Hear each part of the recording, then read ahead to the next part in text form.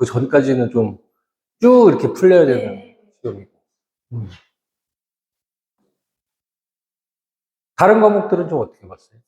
다른 과목들은 음, 아쉽네요. 저희가 오늘 시간을 잘못 잡았나? 어디 저녁에는 중학교 하잖아요. 아, 네. 어제 저녁에는 많이 오셨는데, 중학교 엄마들 와가지고 네. 얘기 하더라고요. 아, 그래요. 꼭 가라고. 늦어가지고 저도 막 급하게 왔거든요. 아. 이거를 좀 가는 거예요. 저하고 재원생 어머니들한테 욕을 좀 먹었어요. 시간을 왜 이렇게 잡았냐고. 원래 저희 오전에 했었는데, 오전에 잡은 게 아니에요. 네. 아, 저녁 시간이 좋은데. 저희는 이제 또 바로 연휴라서 어디들 가실까봐. 그래서 오늘 급하게 한 건데, 그래서 지금 다 영상 찍어달라고, 영상 찍어서 보내달라고 그래가지고, 지금, 영상부터 찍을까 그렇게 생각하고 있었거든요. 그러면은, 저희 뭐 준비한 거 한번 해보겠습니다. 네.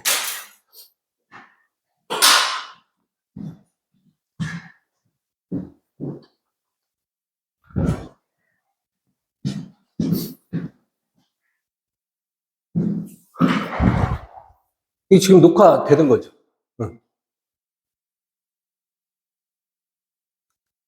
저희가 중간고사 이후에 이제 해야 될 일을 제가 잠깐 설명을 하고, 이게 제일 중요하거든요, 사실. 지금 첫째세요? 둘째? 그 첫째는 몇 학년이에요? 올해부터? 그러면은 경험이 좀 있으시니까. 그럼 첫째랑 둘째랑 누가 더 잘해요? 그러면 이런 거 조금 더 해봐야 될 것 같아요. 그 다음에 과학 이번에 나온 거 설명드리고, 그다음에 수학 설명드리도록 하겠습니다. 1시간 조금 넘어요, 언니. 자, 시험을 본 상태고, 올해부터 조금 5등급제가 되면서 내신 따는 게 좀 수월할 거다. 실제로 좀 수월하긴 하죠. 그러니까 4% 했을 때랑, 선배들 했을 때랑 좀 수월하긴 한데, 근데 이제 지금 선배들이랑 좀 다른 게 3학년 됐을 때, 뭐, 과학 2 과목이라든지, 아니면은 뭐 기하라든지, 이렇게 절대평가로 했던 과목들이 다 상대평가로 5등급제로 바뀌니까, 만약에 이제 인원이 지금처럼 350명 정도가 유지가 되는 과목이면은 10% 안에 들어가는 게 어렵지 않은데, 이게 한 60명이라든가 50명 정도 선택하는 과목에 들어가게 되면은 거기는 뭐 5등 안에 이렇게 들어야 되는. 그래서 내신에서 조금 어려움이 2, 3학년, 고학년이 될수록 내신에서 좀 어려움이 있을 수 있는 상황이고, 게다가 지금은 이제 정시로 역전하는 상황이 많잖아요. 그죠? 정시로 역전하는 상황이 많은데, 역전할 수 있는 상황이 이과 같은 경우는 과학 과목, 2 과목을 선택한다든가, 아니면 1 과목 중에서 표준 점수가 높은 과목을 선택한다든가, 이런 식으로 선택을 해서, 그래서 자기의 뛰어난 역량을 이렇게 보일 수 있는 환경이 됐다라고 하면, 지금은 문이과 같이 수능을 봐야 되는 상황이라서, 그래서 그대로 이렇게 과목 선택이랑 상관없이 그대로 점수별로 이렇게 가는, 약간 좀 상위권 학생들한테, 아니면 좀 뒤늦게 처리되는 학생들한테 조금 불리할 수 있죠. 그 다음에 정시에서도 서울대랑 연대, 고대도 이제 차근차근 발표를 하고 있지만, 정시에서도 1단계는 수능으로 커트라인을 하더라도 2단계에서 내신 반영 비율을 조금 올리고 있는 추세가 진행이 되고 있어서, 지금 1학년부터는 뭐 계속 내신을 갖고 가야 돼요. 그래서 내신이 이번에 조금, 그러니까 1학년 때도 그런 얘기를 많이 하잖아요, 학생들이. 중간고사 딱 망치고 1학기 좀 망쳤다 그러면 나는 정시할 거야, 이렇게 돌리는 케이스들이 많은데, 올해 학년부터는 그렇게 할 수가 없는, 그래서 내신을 놓고 갈 수가 없는, 내신을 좀 끝까지 챙겨가야 나중에 불이익을 보지 않는 그런 구조기도 합니다. 그 다음에 아까 말씀드렸듯이 2, 3학년 때 조금 2, 3학년이 훨씬 힘든 과정이고, 그래서 1학년, 그래서 만약에 이번에 성적이 뭐 한 과목, 2과목 정도가 조금 미스가 났다라고 해도 2학년, 3학년 때는 등급 받기가 더 힘든 상황이기 때문에 그때 나올 수 있는 등급을 지금 받는다라고 생각하고 2학년, 3학년 때 가서는 목표보다 조금 더 높은 등급을 받을 수 있도록 훈련을 하는 게, 그렇게 마음 먹고 다시 시작을 하는 게 훨씬 중요합니다. 그 다음에 제일 중요한 것 중에 하나, 고등학교를 가서 첫 시험을 본 상태고, 대부분의 학생들이 열심히 했어요. 그러니까 자기 딴에는 이제 열심히 했고, 대부분 열심히 한 상태인데, 지금 시험을 출제한 선생님들이 앞으로 3번의 시험을 더 출제를 합니다. 그러니까 시험 경영이나 이런 것들도 본인 분석이 좀 돼 있어야 되는 상황이에요. 자, 저희 지금 해야 되는 게 뭐냐면은, 겨울방학부터 쭉 달려왔던 상황인데, 겨울방학 때부터 시작해서 첫 중간고사가 끝날 때까지 첫 시험을 위해서 공부를 많이 해온 상황인데, 열심히 준비를 해온 상황인데, 그 과정에 대해서 어느 정도 교정이 좀 필요합니다. 그래서 저희가 이제 추천하는 방법, 저희가 학생들을 상담할 때 추천하는 방법이, 학생들이 막 상담을 하면서 좀 약했던 과목, 이번에 좀 잘 안 나왔던 과목들을 시험지를 좀 갖고 와서 시험지를 펼쳐놓고, 그 다음에 학교 수업에서 배웠던 교과서라든가 학교 프린트 내용, 그 다음에 학원에서 배웠던 내용들을 쭉 펼쳐놓고 내가 풀었던 문제들을 다시 한번 복기를 하는 거죠. 내가 학교에서 학원에서 배웠던 내용들을 이 문제를 풀 때 적용이 됐다, 적용이 됐다, 적용이 됐다, 이런 식으로 체크를 하는 거예요. 근데 전체 문제를 할 필요는 없고, 틀린 문제랑, 그 다음에 맞았는데 반 찍어서 맞은 문제들이 반드시 있거든요. 그래서 그런 문제들을 풀이 과정을 좀 복기를 하는 겁니다. 그리고 제일 중요한 게 뭐냐면은, 이번 시험에서 그런 얘기를 많이 들리거든요. 특히 이제 사회라든가 암기 과목 같은 경우는, 과학 같은 경우는 너무 공부를 많이 했어요.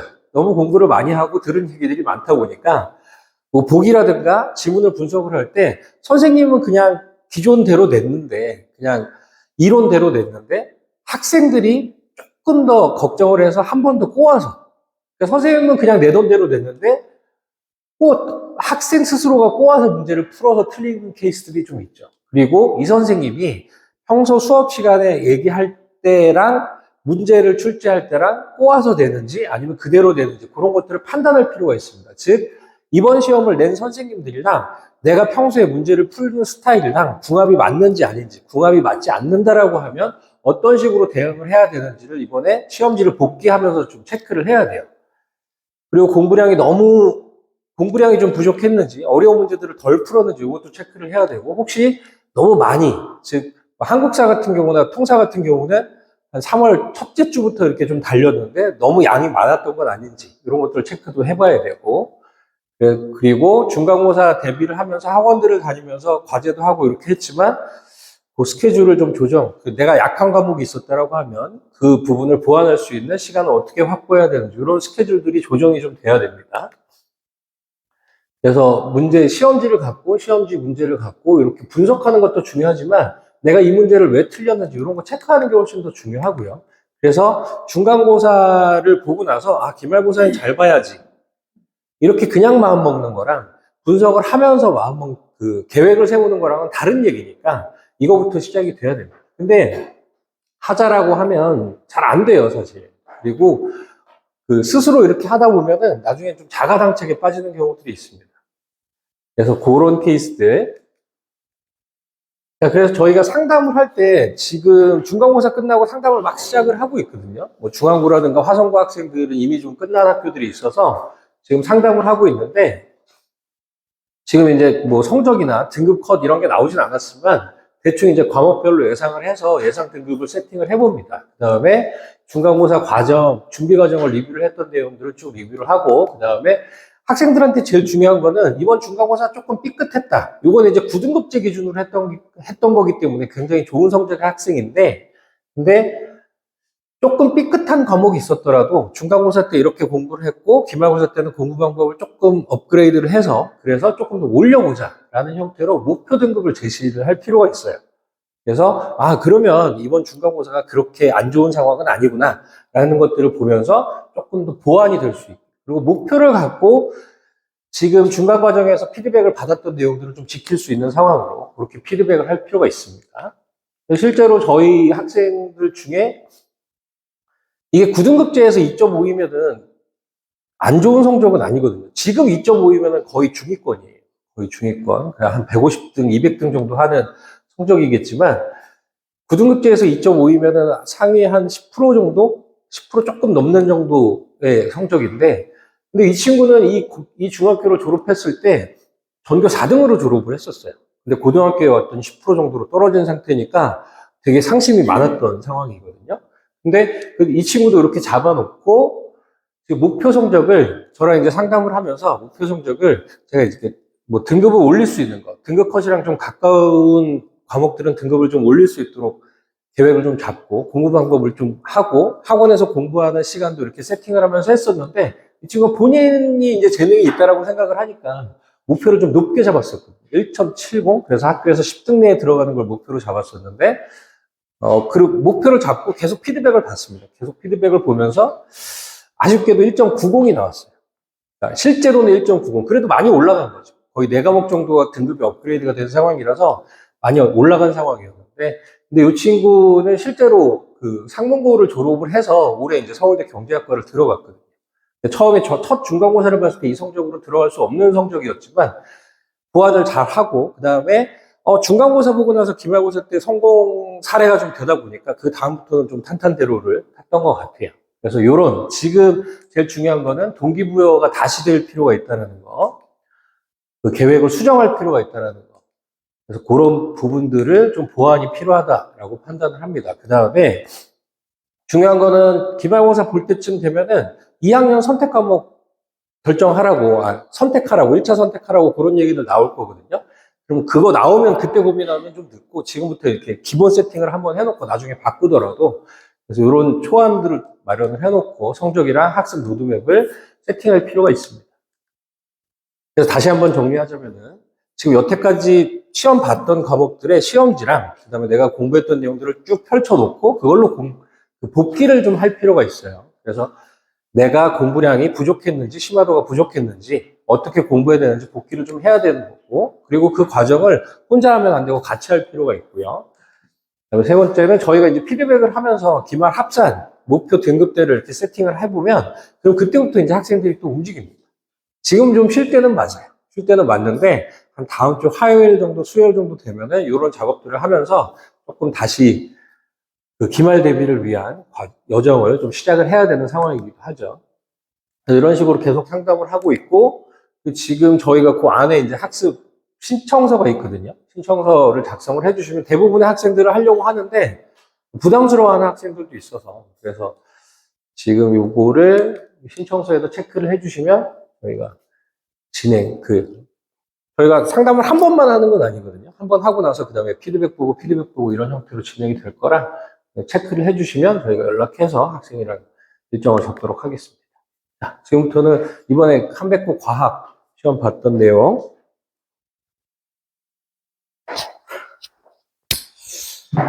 정미 원장이 설명해 드리도록 하겠습니다.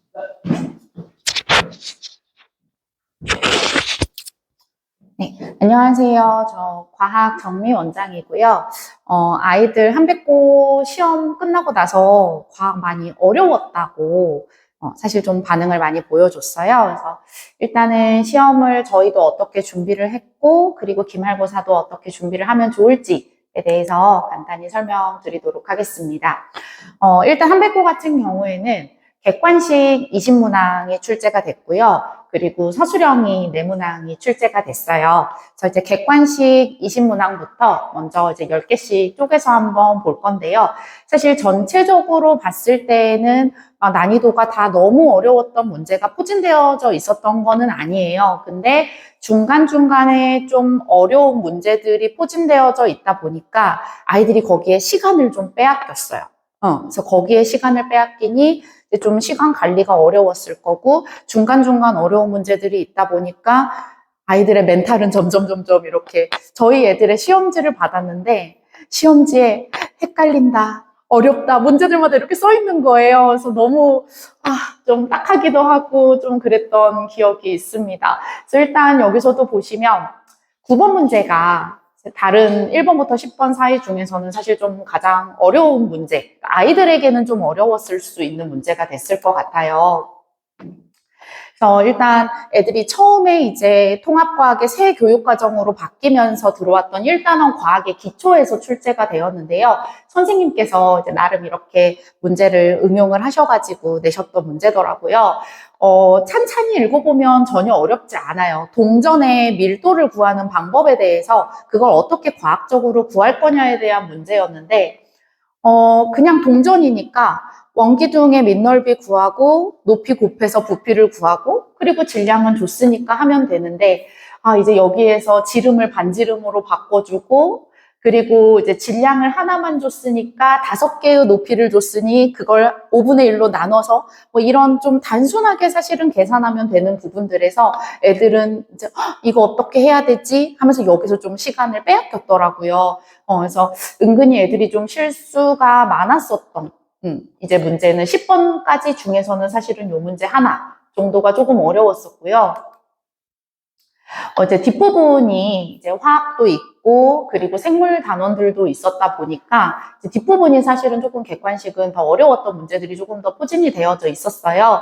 근데 이제 화학은 사실 아이들이 좀 선행을 많이 한 친구들이 있기도 하고 좀 방학 때에도 중점적으로 화학은 공부를 했던 아이들이 많이 있다 보니까 그래도 화학은 좀 연습한 대로 좀 잘 해줬던 것 같고 오히려 이제 애들이 생물에서 좀 어려움을 많이 느꼈을 게 사실 한백고는 그 전까지는 물화생지 중에서 특히나 생물과 지구과학 중에서 뭐가 더 어렵냐라고 하면 지구과학이 좀 어려운 학교였어요. 그래서 지구과학이 굉장히 모의고사 스타일로 좀 많이 출제가 됐던 학교였는데 이번 중간고사를 분석을 하다 보니까 오히려 지구과학이 아니라 생물에서 훨씬 더 어려운 문제들이 출제가 되었더라고요. 그래서 마지막 문제 같은 경우에도 사실 통합과학을 좀 이건 통합과학을 벗어난 게 아닌가? 라고 생각이 들 정도의 문제가 이제 출제가 돼서 정말 저희 아이들도 막 별표가 엄청나게 많이 쳐져 있었던 문제였어요. 그래서 이제 20번 문제에 대해서 좀 보여드려 보면 사실 이게 원래 이제 생투에서 이제 좀 많이 출제가 되는 문제예요. 그래서 생투에서 저희도 이제 학평 문제에서 똑같은 것을 이제 따왔는데 기억과 니은은 사실 애들이 쉽게 다른 문제집에서도 이미 많이 풀어봤을 수 있을 법한 거였기 때문에 헷갈리지 않았을 거고 사실 문제는 보기 디귿 때문이었을 거예요. 그래서 이제 DNA 구조에서 염기들별로 수소결합의 개수가 다르다라는 개념을 알고 있었어야 되는 부분인데요. 이 부분이 선생님께서 수업 시간에 다루셨던 내용이에요. 교과서에 없어요. 일반적인 문제집에 없어요. 근데 학교에서 선생님께서 수업 시간에 학습지로 다루셨어요. 근데 이 또한 학습지의 텍스트로는 없어요. 선생님이 첨가해서 다루셨어요. 그럼 여기에서의 포인트는 수업을 잘 들어야 된다예요. 남학생들 잘 듣지 않아요. 그죠? 네, 그래서 저희 뉴파인 같은 경우에도 이제 저희는 학습지 분석을 이제 내신 기간에 하다 보니까 그 시간에 이제 애들이 가져온 학습지를 보고 선생님들께서 이 반은 이걸 다뤘구나. 이 반은 근데 이걸 좀 슬림하게 넘어갔네. 이런 것들을 선생님들이 좀 이제 판별 작업을 하셔가지고 사실 수업 중에 좀 이거를 저희는 2주차에 걸쳐서 다루었던 내용이기는 해요. 근데 저희도 이걸 근데 보면서 이제 생각이 들었던 게 사실 한 선생님은 이거를 좀 자세히 다뤄주셨고 근데 다른 반 선생님은 이걸 자세히 다뤄주시지 않았는데 네, 좀 나와서 저희도 약간 깜짝 놀랐던 부분이기는 합니다. 뉴파인에서는 사실 이걸 2주간 다루었던 내용이라 저희가 이제 수업 시간에 다뤘던 내용을 여기다가 실어놨는데 결국에는 염기들이 수소결합을 어떤 염기들은 2쌍을 하고 어떤 염기들은 3쌍을 한다라는 개념을 알고 있었어야 아까 그 보기 디귿을 찾을 수 있는 부분이라 네, 저희는 이렇게 교재에서도 사실은 다뤘었던 내용이거든요. 네, 그래서 좀 찬찬히 공부를 했던 친구들은 맞췄고 근데 이 또한 저희 아이들 중에서도 그냥 좀 이렇게 슬렁슬렁 했던 친구들은 시험 때 많이 당황을 했었더라고요. 그래서 이 문제는 좀 많이 어려웠었던 문제였다 라는 판단이 듭니다. 마지막으로 이제 서술형인데요. 서술형이 4문제가 출제가 됐어요. 사실 1, 2, 3, 4번 중에서 1, 3, 4번은 그냥 좀 개념을 정확하게 했던 친구들은 잘 했을 거라고 생각이 들고요. 2번 문제가 이제 지구과학 부분인데 이게 조금 아이들이 본 적 없었던 내용으로 출제가 되었다라고 보시면 될 것 같습니다. 뿐만 아니라 이 동탄 지역 아이들이 사실 중학교 때까지 학교 시험에 서술형이 없었어요. 그러다 보니까 저희 아이들도 처음으로 이제 이 서술형 대비라는 것을 시키다 보니 모르지 않아요. 근데 어떻게 표현해야 되는지를 모르더라고요. 그러니까 개념을 몰라서 못 쓰는 게 아니라 어떻게 써야 하는지를 몰라서 저희가 정말 첫 주차 모의고사를, 그 서술형 모의고사를 딱 봤을 때 선생님들이 이건 도대체 피드백을 어떻게 줘야 하나 라고 되게 고민을 많이 하셨어요. 그래서 이건 다시 작성을 시켜야겠다. 키워드를 못 잡더라고요. 그래서 좀 그런 부분들에 대한 연습들을, 사실 한백고는 서술형이 어렵지는 않거든요. 서술형은 어렵지 않아요. 그래서 연습을 하면 충분히 할 수 있는 부분들이기 때문에 이거는 연습을 시키고 그리고 정확한 피드백을 주면 충분히 잘할 수 있다. 서술형 20점은 잘 받을 수 있다라고 생각을 해주시면 될 것 같습니다. 저희 뉴파인에서 사실 2번 문항 빼고는 나머지 3개는 사실 다 연습을 했던 부분들이 출제가 된지라, 왼쪽은 이제 한백고 기출 문제이고요. 그리고 이제 여기 27번 문항은 저희가 똑같이, 그러니까 완전 뭐 내용이 똑같지는 않았지만 이제 과학의 기초에서 똑같이 온도에 대해서 똑같은 모의고사를 이제 봤던 부분인데, 저희는 이렇게 모의고사를 본 다음에 선생님께서 이렇게 피드백이 나가세요. 그래서 아이들이 쓴 거 채점하고 그리고 조금 더 보완을 해야 되는 부분들에 대해서 피드백을 주시고, 그래서 이렇게 해서 준비를 시켰다라고 봐주시면 될 것 같고요. 마지막 생물 문제를 보고 저희 선생님들 깜짝 놀라셨던 게 저희 서술형에 했던 거랑 똑같이 출제가 돼가지고 아마 저희 아이들은 요거는 다 잘 쓴 걸로 알고 있습니다. 그럼 이제 중간고사 말고 기말고사는 어떻게 대비를 할 것이냐에 대해서 이제 설명을 드릴 건데요. 일단 기말고사 같은 경우에는 요 3개의 단원이 기말고사 시험 범위가 될 거예요. 그래서 지구과학 한 단원, 그리고 생명, 그리고 물리, 역학 시스템이 시험 범위에 들어가게 될 텐데, 작년까지의 추세였다면 저는 지구과학, 지구 시스템에 엄청나게 몰입해야 됩니다라고 말씀을 드렸을 텐데, 물리는 당연한 거고요. 물리는 당연히 어려운 걸 어머님들이 잘 알고 계실 테니까 물리는 더 이상 말할 필요가 없고, 생물과 지구과학 중에 어디에 집중을 더 해야 할 것이냐를 생각해 보면 오히려 지구 시스템보다 생명 시스템에 조금 더 몰입을 해줘야 될 것 같아요. 그래서 수업 시간에 아이들이 잘 들어야 되는 부분, 그리고 문제를 풀 때도 좀 생각을 잘 해낼 수 있어야 되는 부분들, 그러니까 응용력을 키워야 되는 것들이 조금 더 생명 시스템에서 집중이 돼야 하지 않을까라는 생각이 들고요. 역학 시스템 같은 경우에는 어머님들도 이미 물리가 어렵다라는 거는 잘 알고 계실 거고, 사실 이 부분 같은 경우에는 등급을 좀 나누기 위해서 충분히 물리원에 있는 그래프, 물리원에 있는 표, 그림 이런 것들을 가져올 수 있는 부분이에요. 그래서 그 부분들에 대한 공부까지 좀 필요하다라고 생각을 해주시면 될 것 같습니다.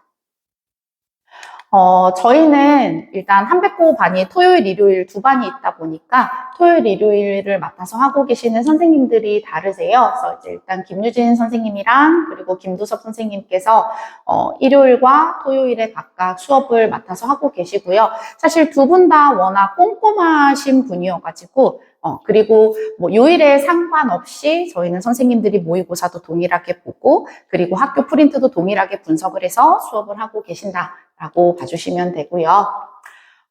일단은 한 3, 4주차 정도는 저희가 개념을 완성하는 데 집중하고 있어요. 그래서 아이들이 노트 정리하고 그리고 이제 수업에 필요한 부분들 첨가적으로 적고 이런 개념을 탄탄하게 먼저 공부를 시키고 있고, 그리고 나서는 이제 좀 다양한 문제풀이가 필요합니다. 그래서 저희 이제 중간고사 기간에는 이렇게 총 3권의 교재가 나갔어요. 그래서 이 3권의 교재에 대해서 좀 간단히 보여드리면, 가장 왼쪽에 있는 교재는 일단 저희가 스텝 1, 2라고 해서 가장 기본적인 내용, 그리고 어느 정도의 응용력을 가지고 풀 수 있는 문항들로 구성이 되어져 있습니다. 그래서 이걸로 한 3주 정도 아이들이 문제풀이 연습을 할 거고요.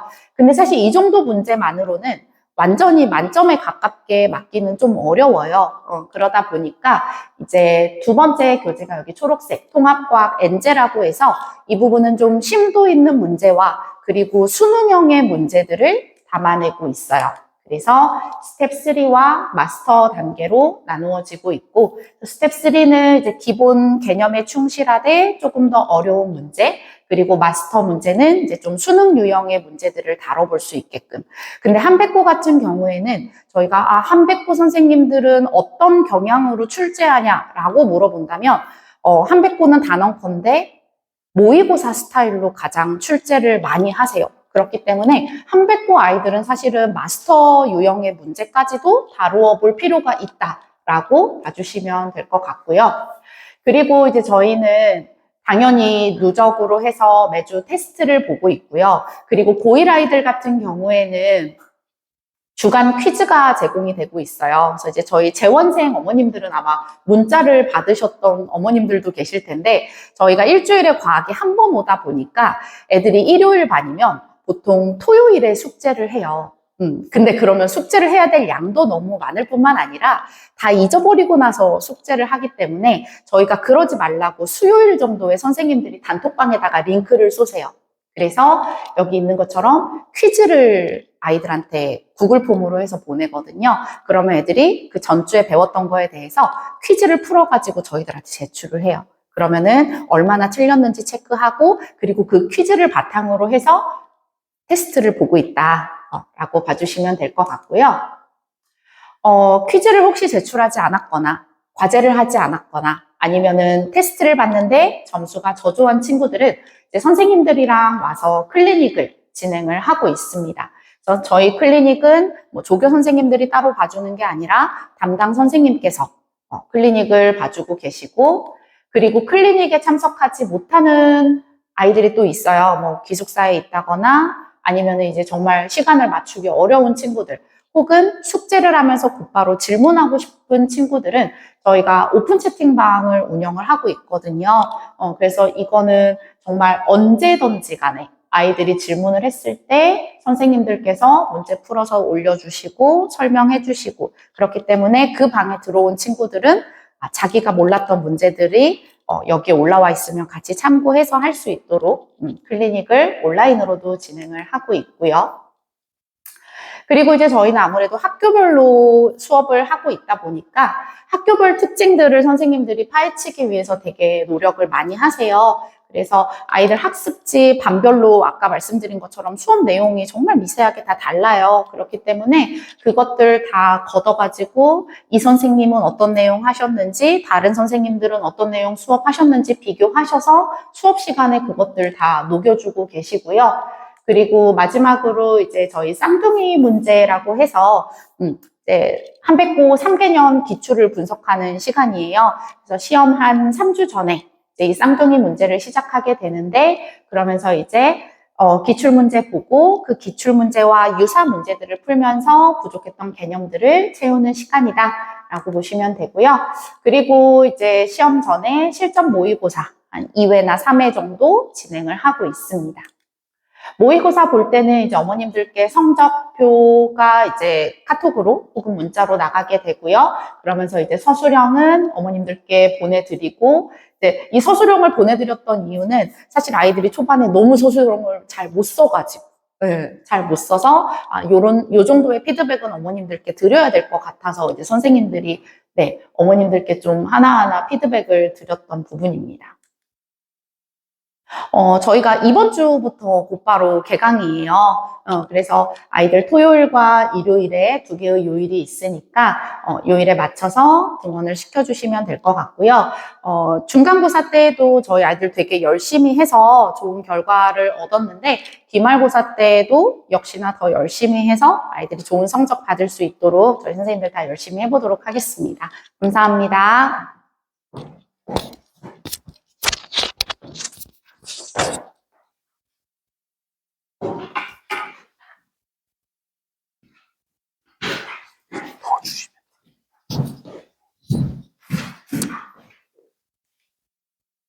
네, 안녕하십니까. 저는 뉴파인 고등스카이단의 이상준 부원장이고요. 한백고가 일단은 생각보다 좀 쉽게 나왔죠. 그리고 선생님들 눈으로 봤을 땐 생각보다 많이 쉽게 나왔습니다. 예전에 비해서 고난도 문제가 덜 출제된, 그러니까 고난도가 조금 더 쉬운 고난도였고, 그리고 깔아주는 문제도 많이 있었습니다. 그러다 보니까 후반부에 깔린 문제로 등급이 결정되는 그런 상황일 거라고 판단이 되고, 그리고 학생들이 중간고사 점수만으로 이제 희비가 좀 엇갈리는 상황이긴 한데, 여기에서는 충분히 상담을 통해서 아이들을 다시 컨트롤 해줘야 되는 부분이, 어차피 중간고사, 기말고사 합산으로 우리가 등급을 내는 거고, 지금 이렇게 시험이 쉬웠다는 건 결과적으로 학생들이 밀집도가, 그러니까 1등급, 2등급 그 라인에 굉장히 밀집도가 높을 거라서 결국엔 기말고사 난이도로 올라갈 거고, 거기에서 어떤 결과를 나오느냐에 따라서 뭐 2등급 선에 들어가 있는 친구도 충분히 1등급, 반대로 1등급에 들어가 있는 친구도 2등급으로 떨어질 수 있는 그런 상황이기 때문에 철저한 분석과 준비가 좀 필요하다고 판단이 됩니다. 기본적으로 총평이 이렇습니다. 작년보다 그냥 쉬운 정도가 아니라 훨씬 쉬웠습니다. 그리고 시간만 더 있었으면 충분히 풀었을 거라는 판단. 그리고 마지막에 답이 안 나왔어요. 이 부분은 풀 수 있을 것 같아서 접근을 했지만 결국 답을 못 내서 뭐 이런 부분에 문제들도 좀 있었고, 그리고 뭐 기말엔 더 잘 볼 수 있을 것 같아요. 하지만 실제로 이 내용은 희망 고문이죠. 왜냐면 한백고가 어려울 거라는 건 애초에 우리 친구들도 다 알고 있었고, 심지어 저도 이제 한백고 입학 설명회 저도 참석을 했지만, 이제 교장 선생님께서 이제 크게 얘기를 하셨죠. 어렵게, 올해도 똑같이 어렵게 낼 거라고. 그랬는데 학생들이 피부로 느껴지는 난이도는 체감 난이도가 낮았다 보니까 기말에는 더 잘 볼 수 있을 것 같다라는 희망 고문이 있지만, 냉정하게 판단해 보면 훨씬 더 많이 어려워질 거라고 판단이 되고 있습니다. 자세하게 분석을 좀 해드리면, 24년 같은 경우에 내용도 달랐고 범위도 달랐고 동시에 등급에 대한 이제 백분위 자체가 이제 9등급제와 올해는 5등급제로 판단이 되기 때문에 약간의 차이는 있겠지만 난이도가 작년보다 좀 쉬워졌다고 느껴지는 부분은 이거죠. 퍼센트로 보면 1등급이 지금 10%고 예년에 11% 2등급 라인이랑 똑같이 맞춰서 생각을 해보시면 대략적으로 1.5문제 정도의 이제 차이를 좀 내고 있는 상황이니까 난이도는 많이 쉬워지는 상태죠. 그리고 마찬가지 3등급 기준으로 봤을 때도 중위권 친구들이 당연히 일반계고 기준은 탑 클래스를 노리고 오는 친구들도 있지만 반대로 생각해보면 그렇지 않은 친구들도 생각보다 많기 때문에 중위권 내려가면 중하위권은 점수대가 뚝 떨어지는 그런 상황도 마찬가지 보이고 있다라고 판단하시면 됩니다. 그래서 351명이기 때문에 1등급 기준은 35명 기준으로 생각을 하시고 설명을 들으시면 좋을 것 같아요. 네, 그렇습니다. 이 부분이 좀 컸을 것 같아요. 저희도 학생들, 재원생들 대상으로 정오표, 그러니까 1번부터 마지막 번호까지 이제 정오표 작성을 100% 다 했거든요. 그랬는데 결과적으로는 상위권 친구들 중에도 심지어 4번 틀린 친구도 있었고, 또 시험이 쉬웠던 만큼 중하위권 클래스 친구들도 굉장히 희망적이었는데 막상 채점을 해보니까 진짜 연산 실수 하나로 점수를 까먹는 그런 상황이 있었던 시험이었습니다. 자세한 문제 분석표를 보시면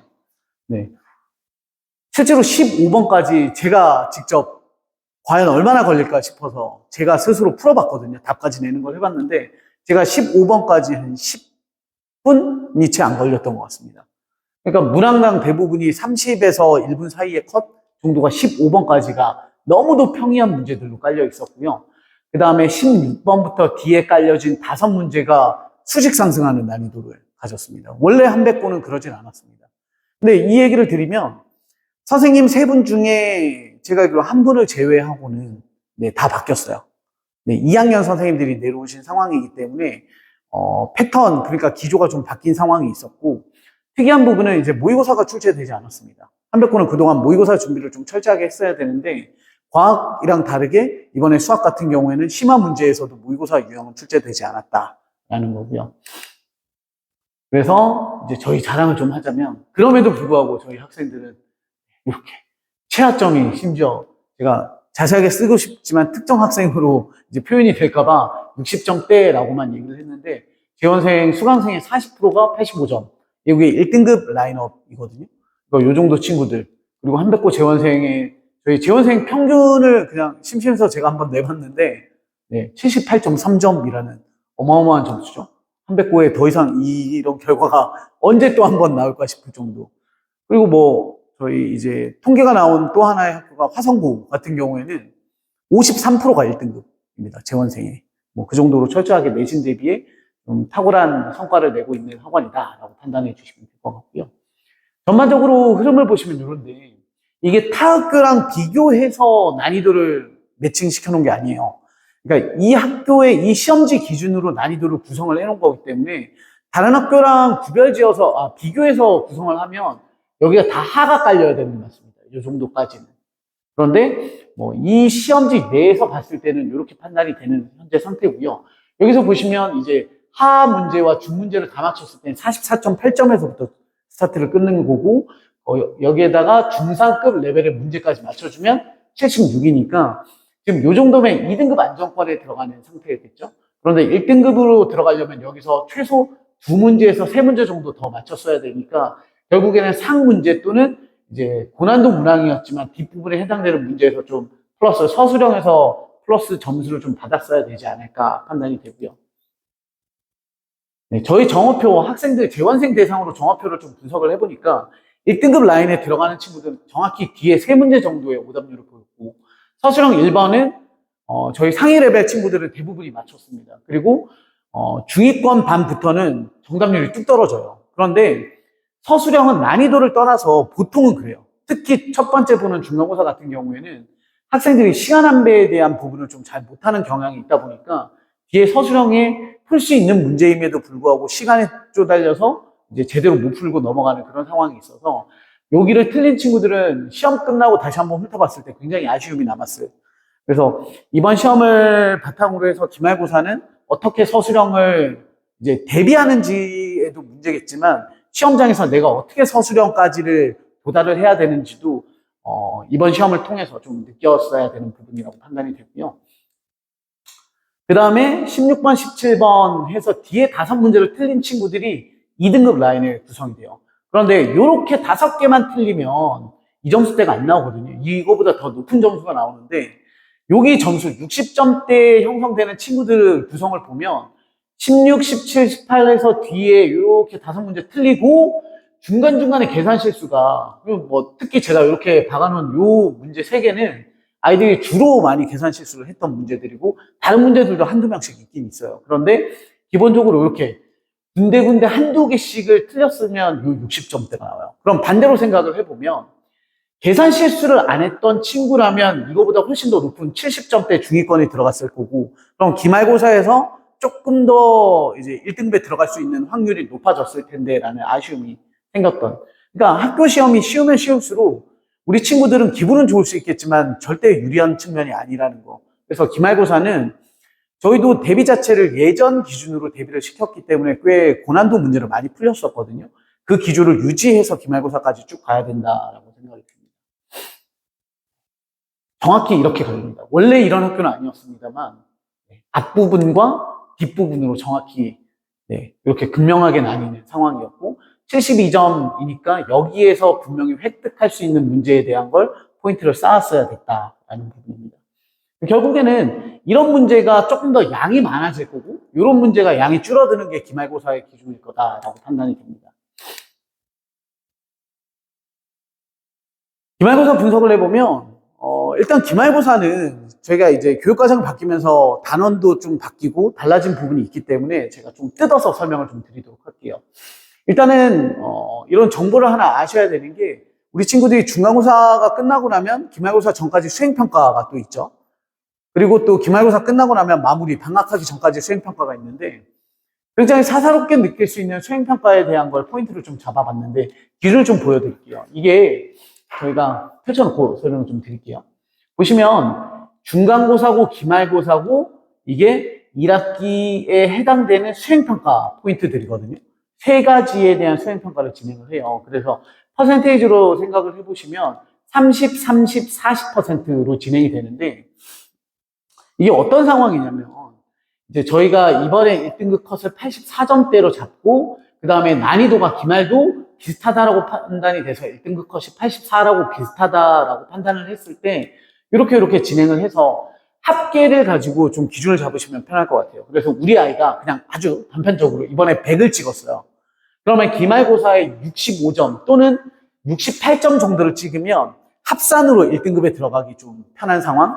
그러니까 요 정도의 합계를 갖고 가시면 될 것 같아요. 그래서 우리 아이가 80점 찍었어. 그러면 난이도가 뭐 어렵다 쉽다를 떠나서 평균치 그리고 1등급 컷이 기말에도 좀 비슷하게 나온다라고 가정을 했을 때 80점 친구면 기말고사에서 85점을 찍었을 때 1등급에 들어갈 수 있는 상황일 거다라고 판단을 해보시면 될 것 같고요. 이게 좀 특이한 점이 뭐냐면 이게 저희가 이제 상담할 때 쓰는 엑셀 폼인데요. 학생들한테 점수 입력을 하고 뭘 보여주냐면 수행평가에서 여기를 1점을 깎잖아요. 그럼 어떤 포인트가 생기냐면 여기가 4점 정도가 떨어집니다. 그래서 수행평가 1점 마이너스가 지필고사에서 한 문제 정도를 결정을 해요. 그럴 만큼 좀 큰 부분이기 때문에 신경을 써야 된다라는 거고, 또 유명하잖아요. 한백고는 좀 수행평가가 까다롭기도 하고 좀 시간 투자도 많이 해야 되는 부분이 있기 때문에 좀 신경을 더 써야 된다. 그리고 2등급 라인의 안정권에 들어가기 위해서는 합계가 132점이 돼야 되기 때문에 우리 친구들이 중간고사와 기말고사에 대해서 평가를 해보면 내 기말고사의 목표 최소 라인업이 형성이 될 거라고 판단이 됩니다. 그래서 이런 상황. 이게 실제로 학교에서 공지한 내용이거든요. 그래서 이런 부분, 이제 독서 탐구, 그리고 논술은 이제 학교에서 시험을 보는 거고요. 포트폴리오는 매년 해왔던 부분이고, 또 이런 부분까지 학원에서 도와주고 있으니까 학생들에게 조금 더 편하게 수행평가를 점수 받을 수 있는 계기가 될 수 있을 거라고 판단이 됩니다.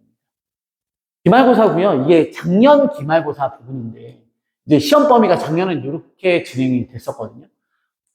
그런데 올해는 이렇게 바뀌고, 요 시험지에서 이제 교육과정이 바뀐 부분을 체크를 해보면 이렇게 까만색으로 사라지는 게 교육과정에서 다 빠지는 부분이다 보니까 실제로 남는 부분이 반이 채 안 됩니다. 그리고 좀 차이점이 이런 거죠. 그나마 한백고 같은 경우는 작년에 원회 방정식이 안 들어갔었던 부분이기 때문에 그런데 종합적으로 보면 결국엔 도형이 빠지고 경우의 수와 행렬이 들어갑니다. 그러면 패턴 자체가 난이도가 굉장히 어렵고 학생들이 힘들어하는 부분이 빠지고 경우의 수와 행렬, 그리고 행렬 파트는 좀 이제 쉽죠.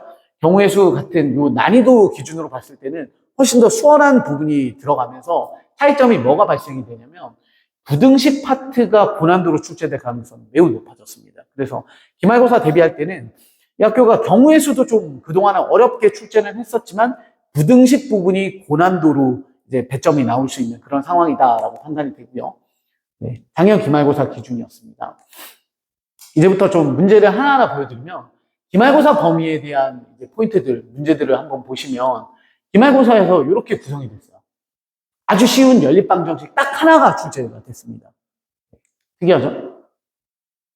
그러니까 실제로 이제 여러 가지 방정식이라는 파트는 4문제가 출제가 됐긴 했었는데 우리 한백고 같은 경우 고차 방정식이 이번 시험 범위에 들어갔어요. 다른 학교들은 안 들어갔지만 들어갔기 때문에 빼고 생각을 해보면 한 문제였고 그 한 문제가 굉장히 쉬운 문제 출제가 됐었고요. 그 다음에 여기 파트는 이제 부등식 영역이었는데 부등식은 당연히 출제 빈도가 높아요. 왜냐하면 꽤 많은 선생님들이 좋아하는 영역이기도 하기 때문에 문제 출제 빈도도 높았고 난이도도 고난도 문제가 출제가 된 그런 상황이기 때문에 이제 우리가 생각하실 때 이 부분이에요.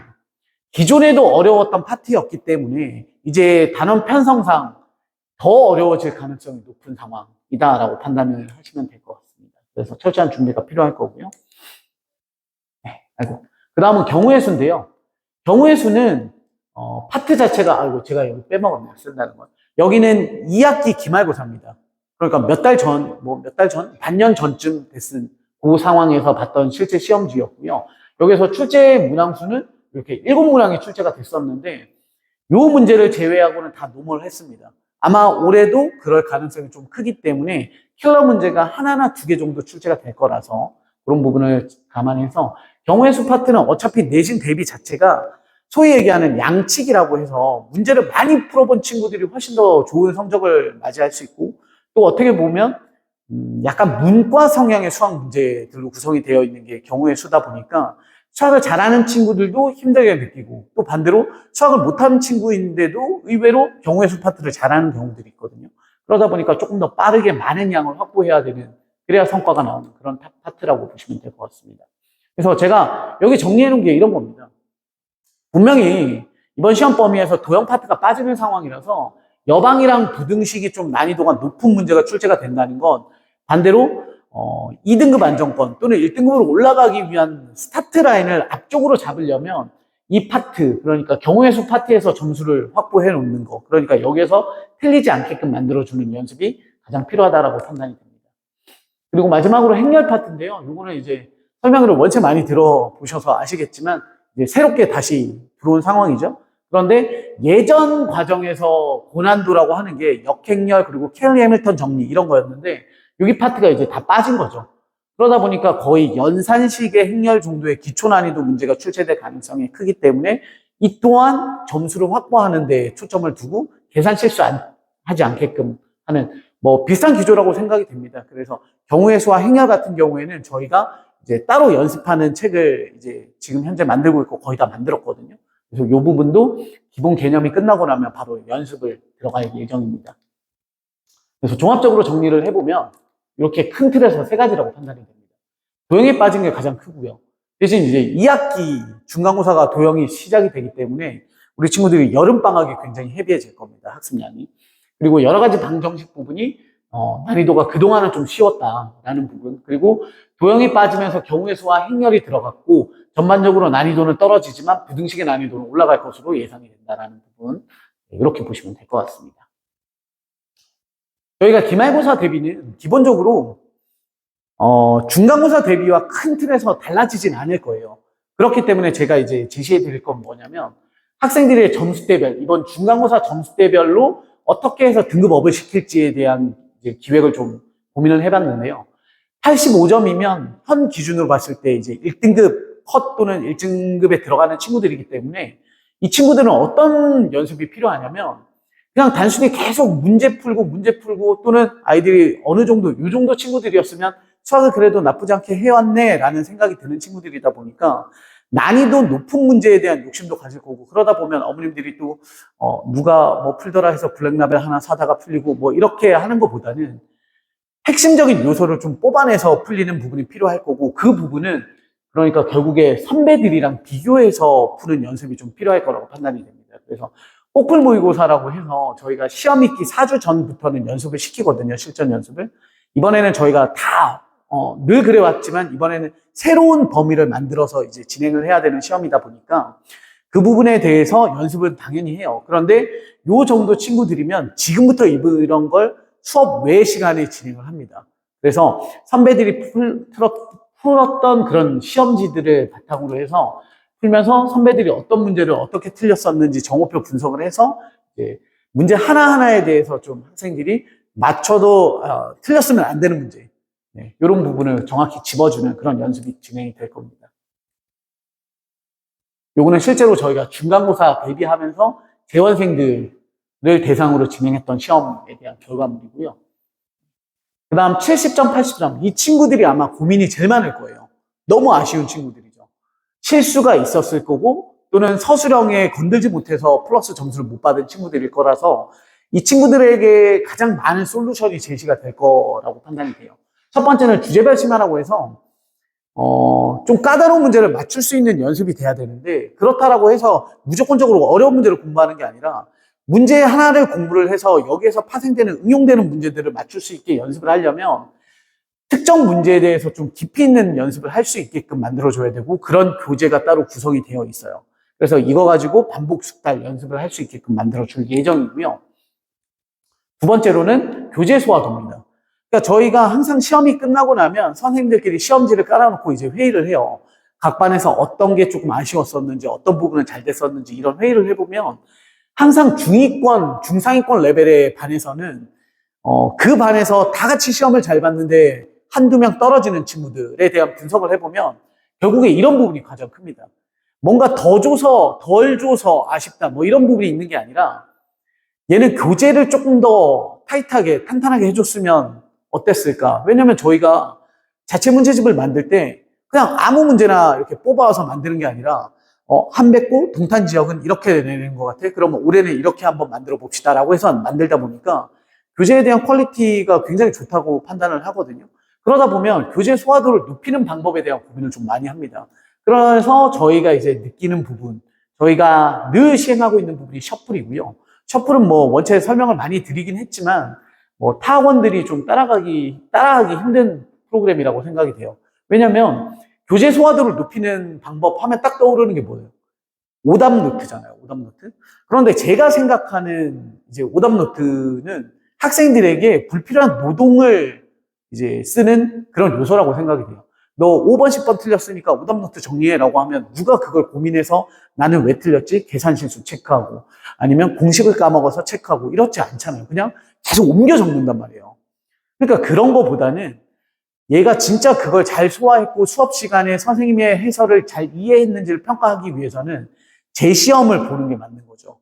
그리고 서술형으로 바꿔서 시험을 보고. 그래서 이런 부분은 어떻게 진행을 하냐면 저희가 교재가 이제 끝나게 되면 셔플이라는 셔플 책으로 진행을 하는데요. 이게 교재가 진행될 때 그리고 교재를 만들 때 이미 저희가 셔플이라고 해서 모든 교재에 대한 셔플을 다 만들어 놓습니다.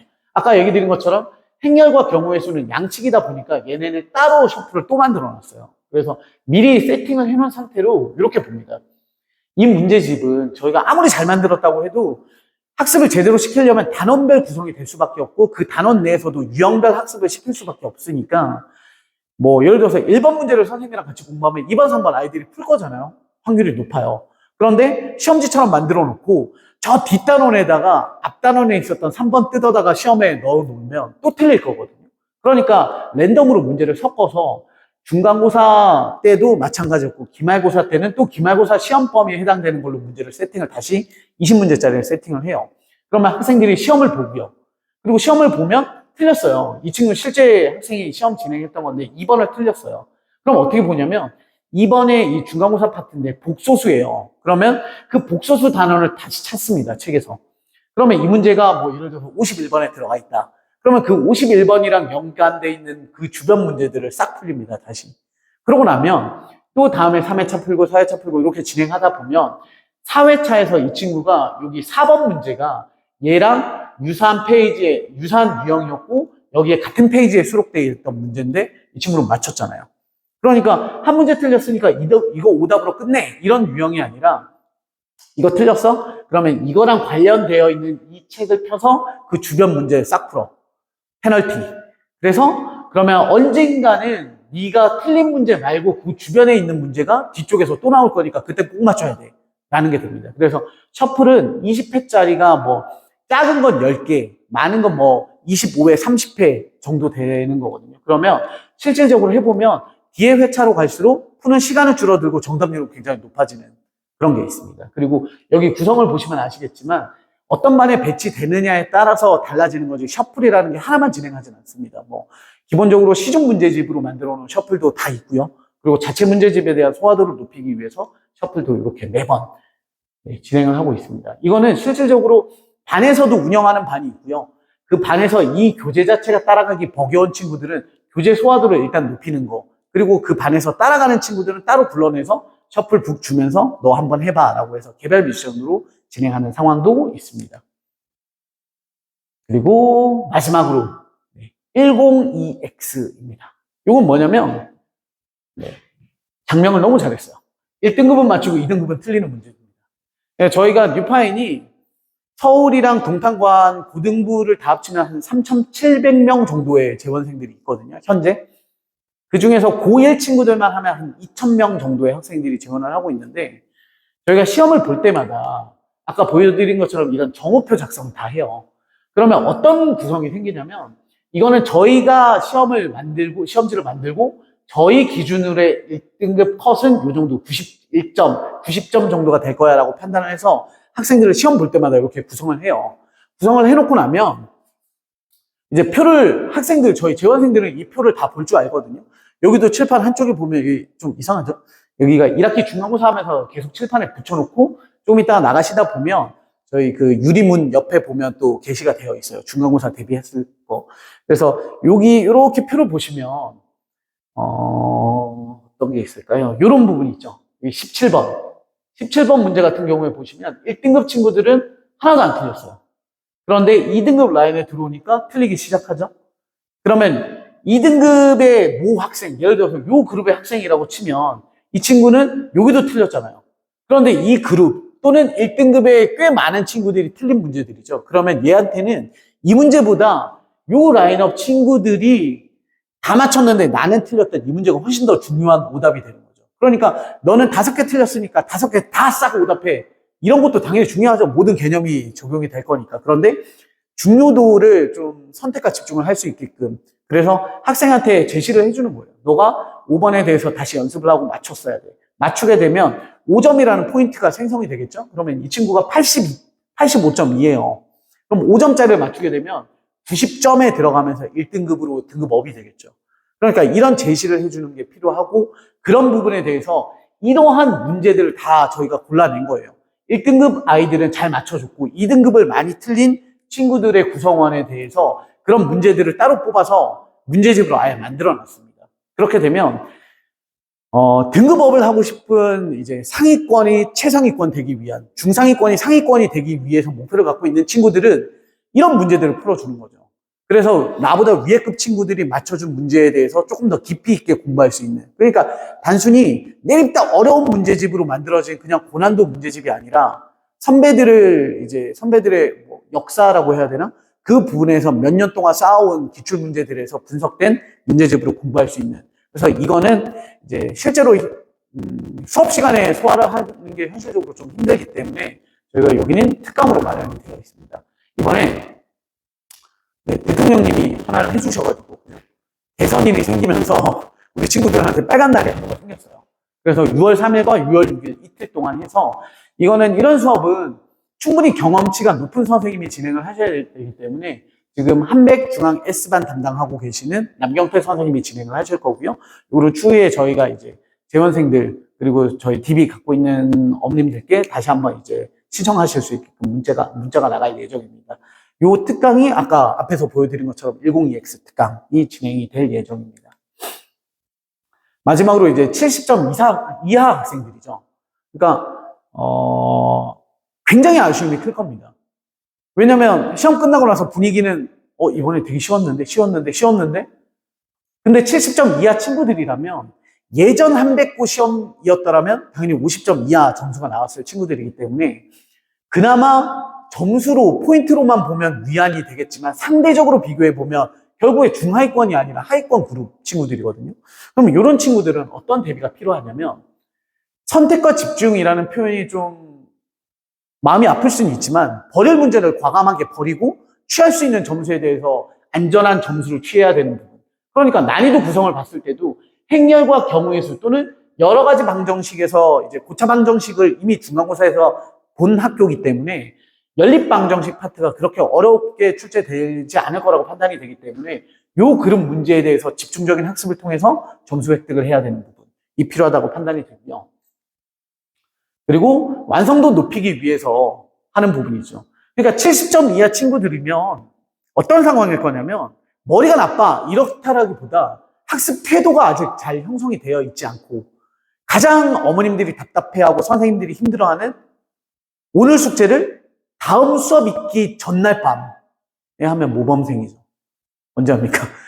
학원이 있는 날 낮에 학교에서 부랴부랴 쉬는 시간, 점심시간 또는 학교 끝나고 학원 와서 부랴부랴 수업 전까지 이렇게 하는 친구들이 있는데 이런 걸 다시 정상적인 궤도의 루틴으로 만들어주는 게 첫 번째 포인트라고 생각을 해요. 그래서 당연히 상담 들어가야 되겠죠.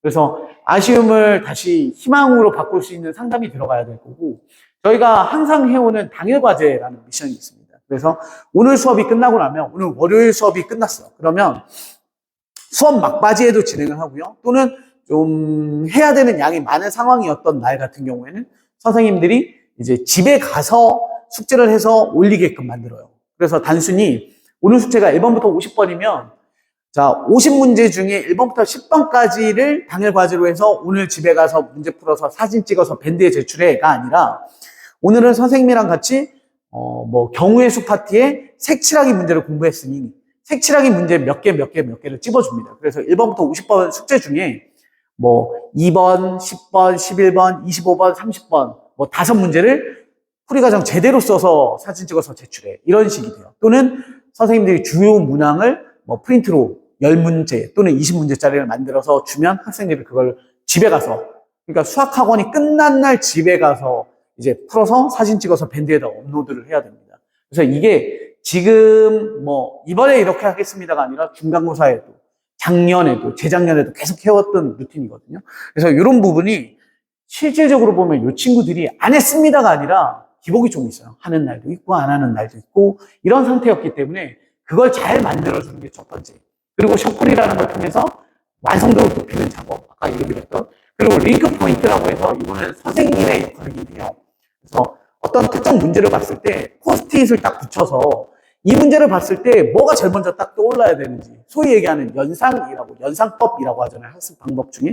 그냥 내립다 푸는 게 아니라 이런 포인트를 잡아서 문제를 스타트할 수 있는 그런 상황을 만들어주기 위해서 수업 시간에 진행이 되는 그런 부분이라고 보여지고요.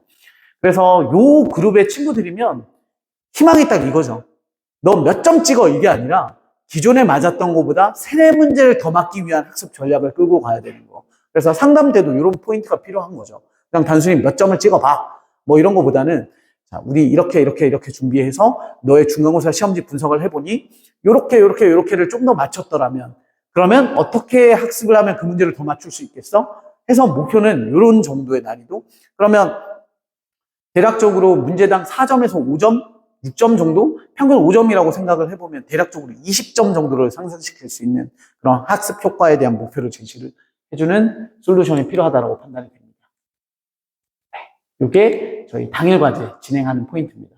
그래서 과제에서 특정 부분에 대해서 하면 학생들이 사진 찍어서 밴드에다가 업로드를 하고 있고요. 이게 마지막 포인트인데요. 저희가 한백고 같은 경우에는 아나토미라고 해서 이게 해부학이라는 용어인데 학교 분석을 엄청 합니다. 요거는 중간고사였거든요. 중간고사 때 뭘 했냐면 일단 학교 교과서가 비상입니다. 그러면 웬만한 학교들이 교과서에 관련된 문제들도 잘 출제를 하고 각 출판사들에서 이제 선생님들한테 뿌려지는 교사용 지도서가 있어요. 그래서 거기에서 유형 변형도 되고 하다 보니까 저희가 파일 하나하나 되게 다 적어봅니다. 실제 존재하는 문제, 그리고 그거 가지고 저희가 숫자 바꾸기 또는 유형 바꾸기, 그림 바꾸기를 통해서 만들어 놓은 것들. 그걸 통해서 이렇게 아나토미라고 해서 이건 책 한 권짜리가 아니라 굉장히 시리즈물로 만들어냅니다. 그래서 학교에서 부교재처럼 해서 프린트들이 이제 학생들이 받아오면 그게 3개, 4개 정도가 쌓이면 그거 가지고 선생님들이 다시 회의해서 이제 분배를 해가지고 문제 만들어내고 유형 바꾸고 해서 뭐 버전 1, 2, 3 뭐 이런 식으로 나오거든요. 그러면 여기 뒤에 가려져 있지만 딱 한 페이지에 4문제가 구성이 되고요. 좌측 상단에 실제 교과서에 있는 문제 그대로, 그리고 숫자 바꾼 거, 그리고 그 개념으로 바뀔 수 있는 응용 문제, 그리고 그 개념으로 나올 수 있는 최고난도 문제까지 해서 한 페이지에 실제 교과서나 아니면 부교재라던가 학교에서 나온 프린트에 해당되는 그 대다수의 문제는 아니지만 요런 건 공부시켜야 되겠어라고 판단되는 저희 기준의 문제들을 속간해서 한 페이지에 그 문제 하나 가지고 파헤치는 그런 작업을 하거든요. 그래서 요거는 한백고 학생들 용입니다. 뭐 표지에도 당연히 박혀 있겠지만 표지만 한백고라고 하고 속은 뭐 중앙고도 한백고도 뭐 이솔고도 다 똑같은 그런 상황은 아니고요. 내용이 완전 다 다릅니다. 그래서 그렇게 해서 대비시켰는데 실제로 이번에 굉장히 좋은 효과를 발휘했습니다. 교과서에서 출제도 좀 높았고요. 꼬인 문제도 부교재에서 출제됐었던 문제들도 있었고요. 이런 상황이었고, 긴 시간 좀 말이 많았지만, 마지막으로 프로그램은 뭐 저를 이제 설명을 들으셨으니까 믿고 보내주시면 되는데, 간단하게 안내를 좀 드릴게요. 한백고 같은 경우엔 이제 3반이고, 2개 레벨로 구성이 되어 있습니다. 월급만이 S그룹의 친구들이고요. 요 그룹 친구들이 이번에 대다수가 이제 1등급 라인에 들어가는 친구들이죠. 그리고 요 그룹 친구들이 레벨은 동일하고요. 요 일에 대한 선택을 이제 드려놓은 상태입니다. 그래서 이렇게 구성이 되어 있고, 마음 아프지만, 어제 시험이 끝났죠? 개강은 이렇습니다. 오늘입니다. 그래서 오늘부터 수업이 시작이 되고, 오늘부터 교재를 타이트하게. 그래서 오늘 수업이 진행이 되면, 제일 먼저 이제 아이들한테 분석에 관련된 얘기를 먼저 할 거예요. 제가 설명드린 것 같은 걸 선생님들도 다 인지를 하고 계신 상황이기 때문에 각 담당 선생님들께서 아이들에게 중간고사에 대한 가벼운 분석 정도 해주고 피드백하고 그리고 필요에 따라서 아까 원장님이 앞에서 얘기해 주신 것처럼 개별 상담까지 진행을 해서 기말고사 목표 잡고 그리고 바로 기말고사 대비 수업이 진행이 될 겁니다. 오늘부터. 그래서 이왕이면 생각이 있으신 분들은 빠르게 생각해서 오늘부터 가라고 해주시는 게 좋겠죠. 왜냐면 첫 수업에서는 풀로 개념 수업이 진행되는 건 아니잖아요. 이제 오리엔테이션도 해야 되고 중간고사 분석도 좀 간단하게 해줘야 되고 이런 상황이다 보니까 하루 정도 빠져도 이런 생각이 있겠지만 담임 선생님이 자 이제 기말고사 대비는 해서 정신교육도 엄청 시키고 이 부분이 되게 중요하다고 생각을 하기 때문에 이왕이면 네, 빠짐없이. 그리고 안타깝게도 우리 친구들은 이번이 긴 연휴잖아요. 금요일이 거의 연휴의 시작인데 오늘 오죠. 그리고 그 다음번 수업이 또 월요일입니다. 월요일도 정상 수업 진행합니다. 네, 그렇기 때문에 연휴 기간 동안 이틀 나오는 반인 친구들이에요. 여기 월급반 친구들은. 그리고 반 구성은 이렇게 되어 있고요. 과학반은 토요일이냐 일요일이냐 선택해서 전화 상담 통해서 반 배치가 진행이 될 거고요. 마찬가지 요일 선택으로 할 수 있거나 상위권 반은 이제 A 월요일 반으로 해서 진행이 될 겁니다. 마지막으로 이제 입반 테스트 같은 경우에는 저희가 중간고사 끝나고 나서 기말고사 같은 경우에는 아이들이 연습이 부족한 상황이라서 입반 테스트를 통해서 입반시키는 게 아니라 중간고사 시험지 이제 지참해 주시면 시험지 보고 그리고 중간고사 대비 어떻게 했었는지 그동안 공부했었던 문제집 그리고 겨울방학의 학습 이력 뭐 이런 걸 상담을 통해서 이제 입반을 시키고요. 필요에 따라서 레벨 테스트가 이어지는 경우도 좀 덜어 있긴 합니다. 그리고 과학 같은 경우에는 입반 희망을 하시면 정미 원장님이랑 전화 상담 통해서 입반 진행이 될 거고요. 그래서 기초적으로는 이렇게 진행이 됩니다. 네. 그래서 봉투 안에 이렇게 신청서 있으시니까요. 재원생 어머님들 같은 경우에는 네, 여기는 신청 안 해주시면 되고요. 아까 원장님이 얘기해주신 학습 컨설팅, 중간고사 성적이랑 기말고사 이제 목표 제시해주는 그 상담 신청 같은 경우 여기 체크해주시면 되고요. 그리고 좀 추가적으로 우리 아이는 이런 부분에 대해서 좀 신경 써달라라든가 궁금하신 내용 있으시면 작성하시면 되고 신규 어머님들은 여기 체크해 주시면 요거는 입반하겠습니다가 아니라 상담을 원합니다니까 저희가 뭐 전화 상담을 해서 제가 아마 빠른 시기에 순차적으로 전화 상담 드려가지고 뭐 추가적으로 관련된 상담도 드릴 거니까요. 체크해 주시고 나가시기 전에 전화 데스크에다가 제출해 주시면 될 것 같습니다. 네. 긴 시간 고생하셨고요.